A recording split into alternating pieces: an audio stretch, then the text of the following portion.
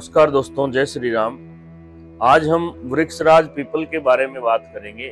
People के वृक्ष को देवता कहा जाता है, क्यों कहा जाता है, क्या क्या इसके पीछे ऐतिहासिक शास्त्रोक्त बातें हैं और पीपल की पूजा कैसे करनी चाहिए। पीपल के नीचे माँ लक्ष्मी का वास कब होता है और किस दिन पीपल का पूजन करें।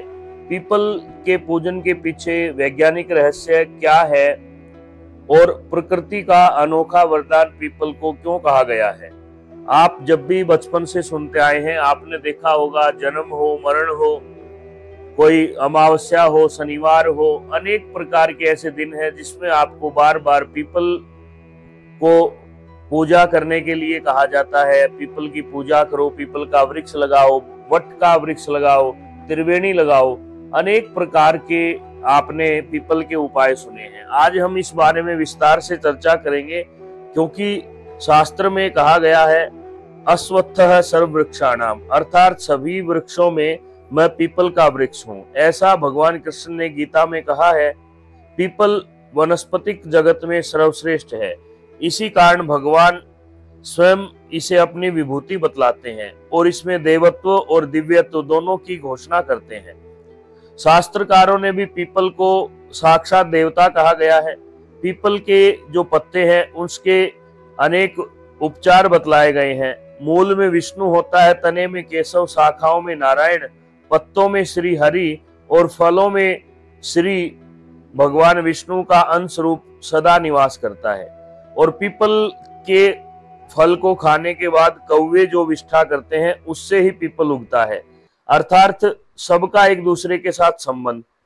अश्वत्थ पूजितो यत्र पूजिता सर्वदेवता, जहां पे पीपल की पूजा होती है वहां पे और देवताओं की पूजा स्वयं हो जाती है, ऐसा भी शास्त्र में वर्णन आता है। इसलिए पीपल के बारे में जानना बहुत जरूरी है। प्रकृति का जो स्वरूप है उसमें देवताओं का मुख्य अगर नाम लिया जाए तो पीपल का वृक्ष है। सुप्रसिद्ध ग्रंथ वरतराज में अश्वत्थ उपासना प्रकरण में पीपल की महिमा बतलाई है। ऋषि पिपलाद मुनि को बतलाया है कि प्राचीन काल में दैत्यों के अत्याचार से जब देवगण भगवान विष्णु की शरण में गए तो श्री हरि ने कष्टों से मुक्ति पाने का उपाय पूछा, तो उन्होंने कहा कि मैं पीपल के रूप में भूतल पर प्रत्यक्ष विराजमान हूं, सबको पीपल की आराधना करनी चाहिए। इस प्रकार से पीपल का पूजन प्रारंभ हुआ और कहते हैं कि वंश की वृद्धि को चाहने वाले पुरुष को 8 वर्षों तक पीपल का वृक्ष अपने हाथों से रोपण करके 8 वृक्षों तक उसका पुत्रवत पालन करना चाहिए। सभी प्रकार के रोग नष्ट हो जाते हैं। और इसके साथ साथ ऐसा भी बतलाया है कि पीपल का पूजन करने वालों से जो यमलोक के प्राणी हैं अर्थात यम के दूत हैं वो भी डरते हैं। इसलिए पीपल का पूजन करने से अकाल मृत्यु भी नहीं होती, ऐसा भी शास्त्र में अनेक प्रकार का वर्णन आया है। प्रति शनिवार को पीपल का पूजन, 7 परिक्रमा, सरसों के तेल का दीपक दान करने से शनि का कोप है वह भी शांत होता है। शनिदेव की स्तुति में मंत्र आता है पीपलाश्रय संस्थिताय नमः, अर्थात पीपल के जड़ के पास में मैं स्थित हूँ।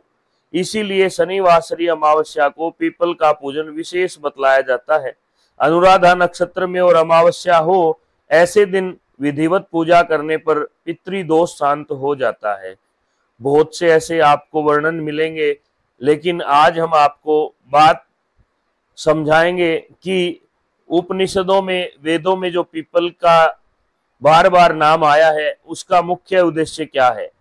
ऊर्ध्व मूलो वाक शाखा एसो अश्वत्थ सनातन है, अर्थात जो पीपल की शाखाएं हैं वह सनातन धर्म का स्वरूप है। जिस प्रकार पीपल की शाखाएं बढ़ती हैं उसी प्रकार से पीपल की तरह से सनातन धर्म भी बढ़ता रहे, ऐसा शास्त्रों में वर्णित है। अब बात करते हैं पद्म पुराण में जो पीपल के बारे में इतिहास आया है उसका क्या महत्व है।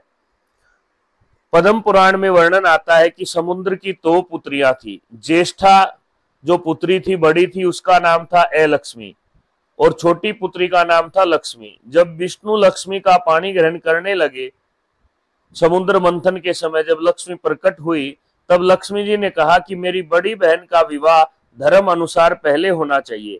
यह सुनकर भगवान विष्णु ने महर्षि उदालक को पत्नी के रूप में अलक्ष्मी समर्पित कर दी।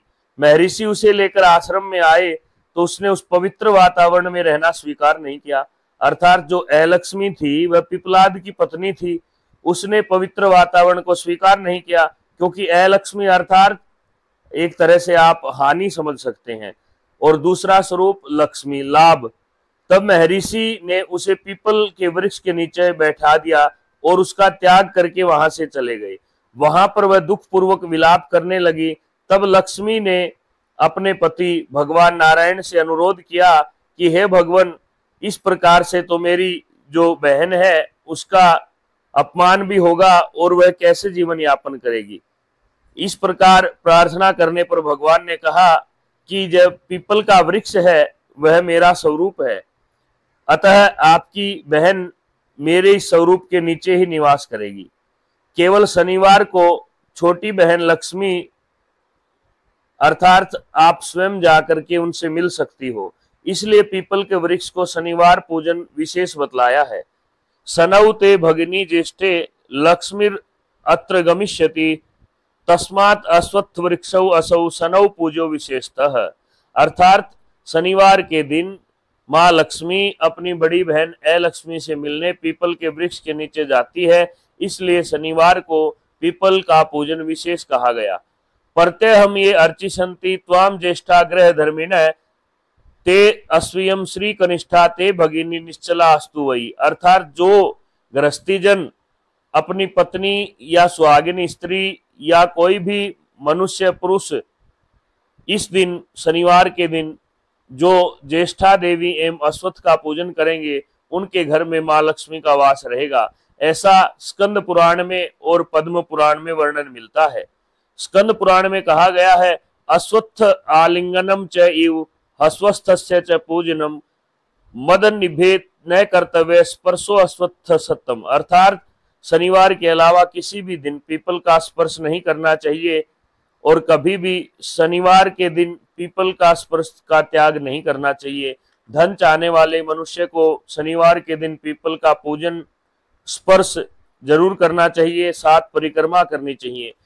इस प्रकार से पीपल वृक्ष के बारे में कहा गया है और विज्ञान भी इस निष्कर्ष पर पहुंचा है कि पीपल ही ऐसा वृक्ष है जो 24 घंटे ऑक्सीजन देता है।